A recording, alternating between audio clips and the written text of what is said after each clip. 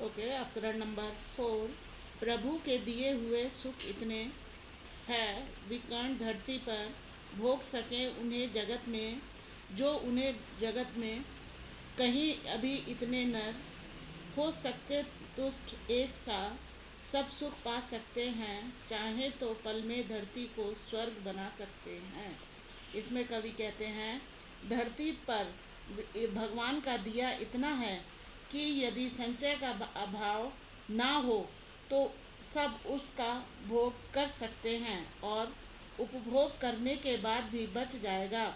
One पर्वत नदियाँ धरती सोना उगलने वाली कृषि भूमि सोना चांदी जल मिट्टी पेड़ पौधे किसी भी साधन की धरती पर कमी नहीं है। धरती पर प्रचुर मात्रा में सुख के साधन हैं। उन सभी मनुष्यों की आवश्यकताएं पूर्ण हो सकती हैं।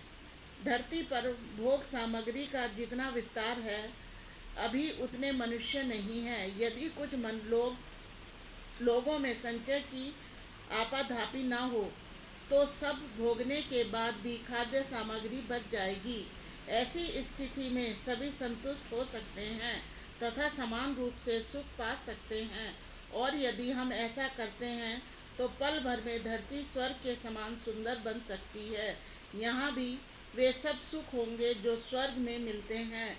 सभी मनुष्य प्रेम पूर्वक रहेंगे क्योंकि कोई भी किसी का अधिकार नहीं छीनेगा। Question number 1।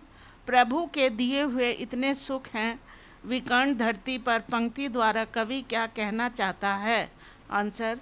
प्रभु के दिए हुए इतने सुख हैं विकर्ण धरती पर पंक्ति द्वारा कवि कहना चाहता है कि प्रकृति ने हमें बहुत सारे सुख के साधन दिए हैं, जैसे वन पर्वत नदियाँ धरती सोना उगलने वाली कृषि की भूमि सोना चांदी जल मिट्टी पेड़ पौधे आदि जो हमारे चारों ओर फैले हुए हैं। इन्हें प्राप्त करने के लिए कीमत नहीं चुकानी पड़ती। इसके अतिरिक्त इन साधनों का भंडार इतना विशाल है कि यदि धरती का प्रत्येक मानव इसका उपभोग सोच समझ के करे तो ये कभी समाप्त नहीं हो सकता। Question number 2। कहाँ अभी इतने नर पंक्ति द्वारा कवि क्या समझाना चाहता है और क्यों? कहाँ अभी इतने नर पंक्ति द्वारा कवि समझाना चाहता है इस धरती पर भोग सामग्री का जितना विस्तार है अभी भोग करने वाले उतने लोग नहीं हैं। यदि कुछ लोग अपने लिए संचय की दुष्प्रवृत्ति का त्याग कर दें तो सब भोगने के बाद भी खाद्य सामग्री तथा अन्य पदार्थ बचे रह जाएंगे। ऐसी स्थिति होने पर सब लोग संतुष्ट हो सकते हैं तथा समान रूप से सुख पा सकते हैं। यदि ऐसा हो गया तो पल भर में इस धरती को स्वर्ग के समान बनाया जा सकता है।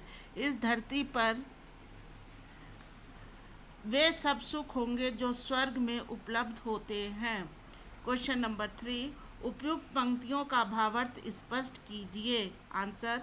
उपयुक्त पंक्तियों में भीष्म पितामह युधिष्ठिर को संबोधित करते हुए कहते हैं कि ईश्वर ने मनुष्य को इस धरती पर अनेकों प्रकार के सुखों का इतना विशाल भंडार दिया हुआ है कि यदि उसका सही ढंग से इस्तेमाल किया जाए तो धरती के सभी मानव उस सुख सुविधाओं के भंडार को पूर्णतः उपयोग किए जाने की दृष्टि से समूचे जगत में मानव भी कम दिखाई पड़ते हैं। Answer number 4। कवि के अनुसार इस पृथ्वी को स्वर्ग किस प्रकार बनाया जा सकता है? आंसर। कवि के अनुसार इस पृथ्वी को व्यक्ति स्वर्ग अपने कार्यों के द्वारा बना सकता है। यदि प्रत्येक व्यक्ति दूसरे के दुखों को समझे उसकी समस्या को समझे और उसके दुख को बांटे अपने सुख में सभी को शामिल करे तभी ये धरती स्वर्ग बन सकती है।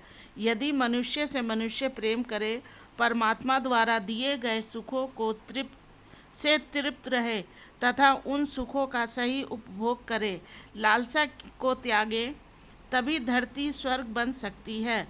यदि प्रत्येक मनुष्य कभी किसी के साथ अन्याय ना करे दूसरे के दुख को अपना समझकर उसकी सहायता करें। रास्ते की बाधाओं को दूर करते हुए निरंतर आगे बढ़ते रहें। भयभीत होकर चिंताओं को त्याग कर अपने जीवन का विकास करें, तब इस धरती को स्वर्ग बनाया जा सकता है। इस हफ्ते इस क्वेश्चन के साथ आपका चैप्टर 3 कंप्लीट हो चुका है। ये आपका हाफ ईयरली तक का सिलेबस है जो कि पूरा हो चुका है। अब इसका आप वर्क कंप्लीट करके नोटबुक भेज देना, चेकिंग के लिए दे जाना।